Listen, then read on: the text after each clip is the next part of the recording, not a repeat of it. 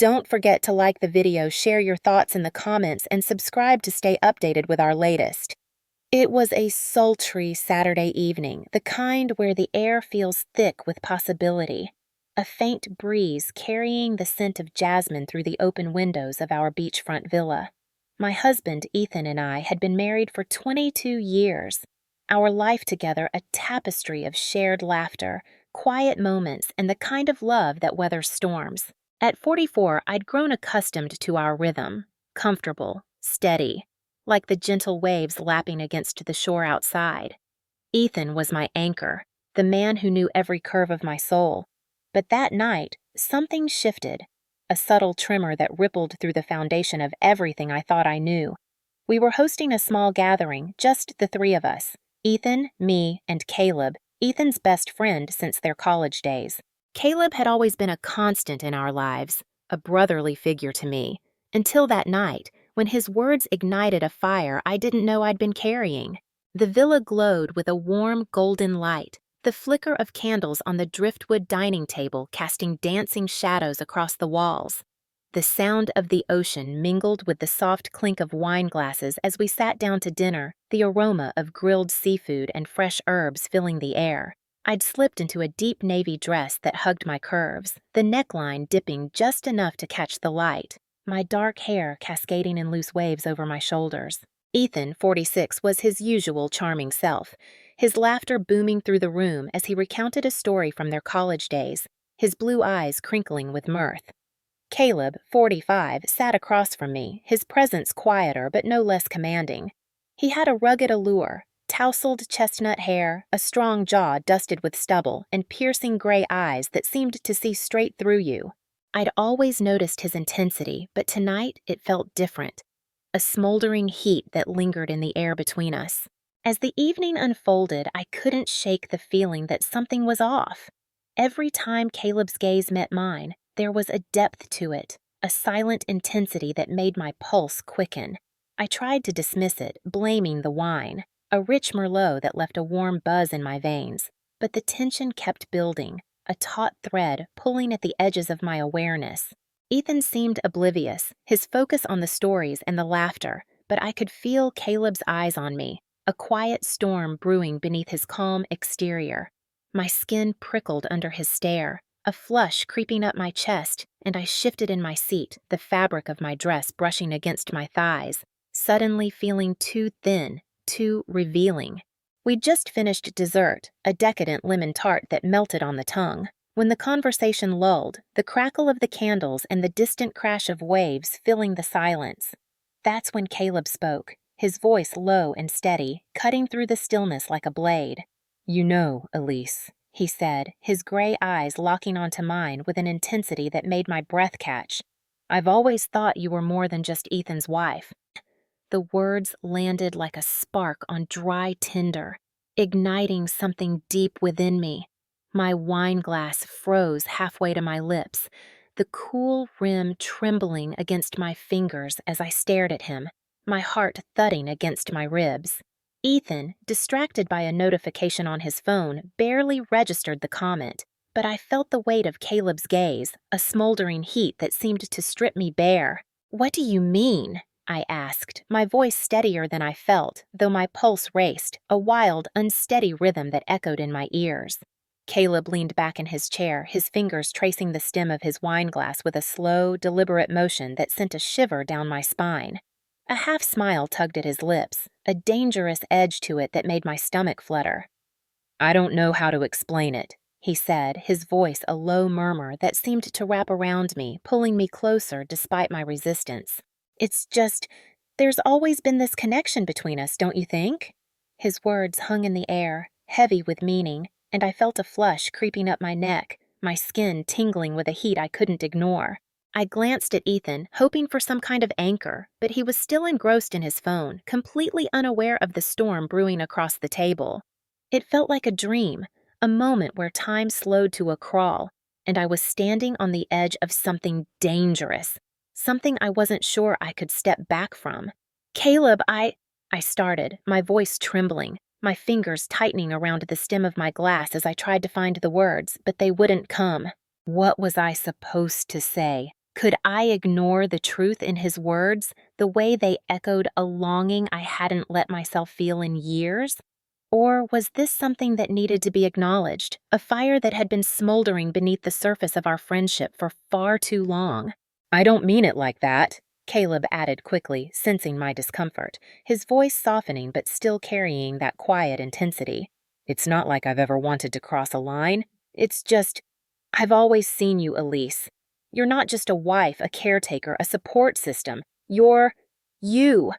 He paused, his gaze never leaving mine, and I felt a jolt of heat surge through me, my breath catching in my throat. His words were a mirror, reflecting a part of me I'd buried beneath years of routine, a part I'd forgotten existed. I'd always seen myself as Ethan's wife, the one who held everything together, but hearing Caleb say that, seeing the way his eyes seemed to drink me in, a quiet hunger lurking beneath his calm exterior, it shook me to my core. Ethan's voice broke through the tension, a distant sound that felt like it came from another world. "What's going on? You two look so serious," he said, his tone light, oblivious to the charged atmosphere. "Let's do something fun. Maybe a game? How about charades?" I forced a smile, my heart still pounding, my skin flushed with a heat I couldn't shake. Caleb nodded, his eyes lingering on me for a moment longer, a silent promise that made my stomach flutter. "Sure," he said, his voice smooth, but I could feel the weight of his gaze, a smoldering intensity that left me reeling. The rest of the night passed in a blur, charades, laughter, the clink of glasses, but I couldn't shake the feeling that something had shifted, a tectonic plate moving beneath the surface of our lives. Caleb's words echoed in my mind, replaying over and over, each repetition digging deeper into my thoughts. "You're not just a wife. You're you."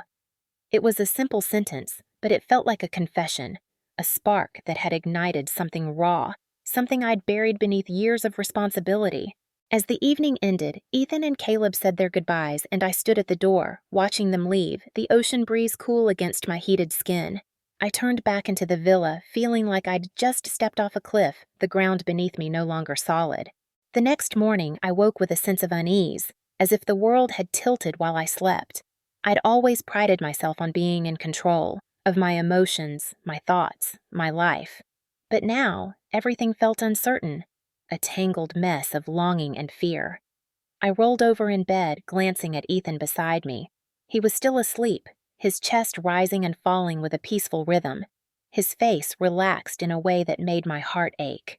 I envied his calm, the way he seemed to navigate life with such ease, while I was drowning in a storm of my own making. Caleb's words had unlocked something inside me, a part of myself I'd forgotten existed, and I didn't know what to do with it. I slipped out of bed, the hardwood floor cool against my bare feet, and padded to the kitchen, the scent of salt air mingling with the rich aroma of coffee as I brewed a pot. But even the mundane task couldn't quiet the chaos in my mind. I kept replaying Caleb's words, the way his gaze had lingered on me, the way his voice had seemed to caress my name. "There's always been this connection between us, don't you think?" The memory sent a shiver down my spine, a flush creeping up my chest as I leaned against the counter, my fingers trembling around the mug. Was he just paying me a compliment, or was there more to it? And why did it feel so significant, so dangerous? By noon, I couldn't take it anymore. I needed to talk to someone, to untangle the mess of emotions swirling inside me. I called my best friend Mia, her voice a lifeline in the storm. "Hey, it's me," I said, my voice tight, my fingers twisting the hem of my silk robe as I paced the living room, the ocean stretching out endlessly beyond the window. "I need to talk." "What's going on?" Mia asked, her tone immediately shifting to concern. "You sound off." I took a deep breath, the words spilling out before I could stop them. "It's Caleb, Ethan's friend. Last night he said something that's been haunting me. He said I wasn't just Ethan's wife, that he saw me for who I really am, not just a wife or a caretaker, but me." There was a pause on the other end, and I could almost hear Mia processing my words. "That's intense," she said finally, her voice careful. "What do you think he meant by that?" "I don't know. I admitted, my voice trembling, my fingers brushing against my lips as I tried to steady my racing pulse. It didn't feel like a joke. It felt like he was seeing me in a way no one has in years, not even Ethan.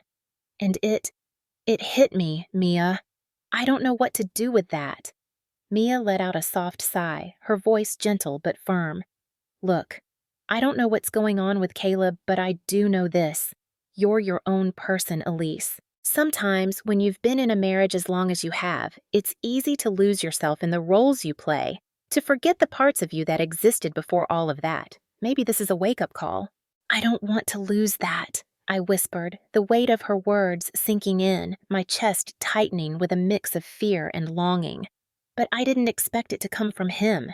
It feels like I'm suddenly seeing myself through someone else's eyes, and it's unsettling. Mia's voice softened, a quiet reassurance that steadied me. Maybe it's time to take a step back, not to make any decisions yet, but to give yourself some space to think. You don't have to figure it all out right now. Just let it breathe. I nodded, even though she couldn't see me, her advice a balm against the storm in my chest. I'll try, I said, my voice soft. Thanks, Mia. We said our goodbyes and I hung up, the weight of the conversation settling around me like a heavy fog. But I couldn't shake the sense that something was about to change, a shift I couldn't ignore.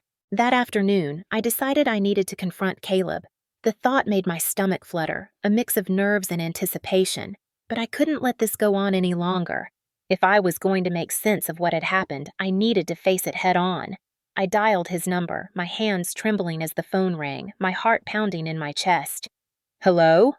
Caleb's voice answered, a deep, familiar timbre that sent a shiver down my spine. Caleb, it's Elise, I said, my voice barely above a whisper, my fingers tightening around the phone as I stood on the balcony, the ocean stretching out before me, a restless mirror to my own turmoil. I need to talk to you about last night. There was a pause on the other end, a quiet intake of breath that made my pulse quicken. Elise, he said, his voice softer now, a warmth in his tone that made my skin tingle. I was wondering if you'd call. What's on your mind? I swallowed hard, my voice trembling as I spoke. I've been thinking about what you said, about me being more than just Ethan's wife. It's been haunting me, Caleb. I don't know what to do with that. There was another long silence, and I could hear his steady breathing, a quiet rhythm that grounded me even as my heart raced. I didn't mean to make things complicated, he said finally, his voice low, a quiet intensity that made my breath catch. But I meant what I said, Elise. You're more than that. You always have been. I've known you for so long, and I've always admired you, not just as Ethan's wife, but as you, the woman you are. Don't let anyone make you feel like you're defined by just one thing. You deserve more than that. I felt a lump form in my throat, a wave of emotion crashing over me, raw and exposed. His words were simple, but they carried a weight that shook me to my core. I've been so focused on everyone else, on being everything for everyone, that I forgot about myself, I whispered, more to myself than to him, my voice trembling with the truth of it. I don't know if I'm ready for this, Caleb. I don't know what to do. His voice softened, a quiet reassurance that wrapped around me like a warm embrace. You don't have to do anything right now, he said, his tone gentle but firm. Just don't ignore what you're feeling. Don't bury it. I nodded, even though he couldn't see me, a strange mix of relief and fear washing over me. Thank you, Caleb, I said, my voice soft, a quiet gratitude settling within me. I think I needed to hear that. We said our goodbyes, and I ended the call, staring out at the ocean, the waves crashing against the shore with a restless energy that mirrored my own. Caleb's words had unlocked something inside me, a part of myself I'd buried for far too long, and I knew I couldn't ignore it any longer. That evening, I decided to talk to Ethan. I'd avoided it for as long as I could, but the longer I held on to this secret, the harder it became to look him in the eyes. I needed to be honest, not just for the sake of our marriage, but for myself. We were sitting on the balcony, the stars glittering above us, the sound of the ocean a soothing backdrop to the tension in my chest. Ethan looked at me, his blue eyes soft but curious, sensing the shift in the air. Is everything okay? he asked, his voice gentle, a quiet concern that made my heart ache. I set my wine glass down, my hands trembling as I met his gaze, the cool night air brushing against my skin. "I need to talk to you about something," I said, my voice steady despite the flutter in my chest. "It's about Caleb. He said something to me the other night, something that's been bothering me ever since." Ethan's face tightened, a flicker of concern in his eyes as he leaned forward, his full attention on me. "What did he say?" he asked, his voice low, a quiet edge to it that made my pulse quicken. "He said I'm not just your wife, that I'm more than that," I said, my voice trembling with the weight of the truth. "And it made me realize something, Ethan. I've spent so many years being just a wife, a caretaker, that I've forgotten who I am outside of that, and I don't know what to do with that." Ethan was silent for a long moment, his expression unreadable, a mix of confusion and hurt flickering across his face. "I never meant for you to feel like you were just a wife," he said finally, his voice low, a quiet vulnerability that cut through the tension. "But if I'm being honest, I've been so focused on everything else, work, the kids, that I've forgotten to check in with you, to really see you. Maybe I've been taking you for granted, Elise." The honesty in his voice was a balm against the storm in my chest, a wave of relief washing over me. It wasn't the reaction I'd feared. It was a moment of vulnerability, a rare glimpse into the man I'd shared my life with for 22 years. "I don't want to lose us," I said, my voice soft, my fingers reaching for his, the warmth of his touch grounding me. "But I need to find myself again, Ethan. I need to be more than just your wife." He nodded, his eyes softening, a quiet understanding passing between us. "I don't want to lose you either," he said, his voice steady, a quiet promise that made my heart ache. "Let's figure this out together." The days that followed were a blur of small but significant changes. Ethan and I talked more, really talked about things we'd once avoided, our fears, our dreams, our hopes for the future. We laughed, we cried, and we faced the uncomfortable truths we'd both been hiding from. There were moments of tension, yes, but there were also moments of deep connection that made it all worthwhile. We were learning how to be a team again, not just in name, but in spirit. One evening, about a week later, I took a walk along the beach, the sand cool beneath my feet, the sky painted in shades of pink and gold as the sun dipped below the horizon. I needed space to think, to process everything that had happened. As I walked, I let my mind wander, Caleb's words echoing in my thoughts. "You're not just a wife. You're you." For the first time in years, those words felt true, a quiet acceptance settling within me. I wasn't angry with Caleb. On the contrary, I felt gratitude. He'd unknowingly helped me see something I'd been neglecting for far too long, myself. I returned to the villa, the sound of the waves a soothing backdrop as I stepped inside. Ethan was waiting for me, his face lighting up when he saw me, a warmth in his eyes that made my heart swell. "I'm home," I said softly, my voice filled with a new strength, a quiet confidence I hadn't felt in years. He stood, walking over to me, his hand reaching for mine, the warmth of his touch a quiet promise. "I know," he said, his voice filled with love, a quiet understanding that spoke volumes. "I can see it." In that moment, I realized that the real change wasn't just in me. It was in us. We'd learned to grow together, not apart, to embrace the people we truly were, not the roles we thought we should play. And as I stood there, wrapped in Ethan's embrace, the ocean whispering outside, I knew that we were beginning something new. A love built on mutual respect, understanding, and the courage to face the truth. We'd be stronger, together and apart, because we'd finally learned to see each other for who we truly were.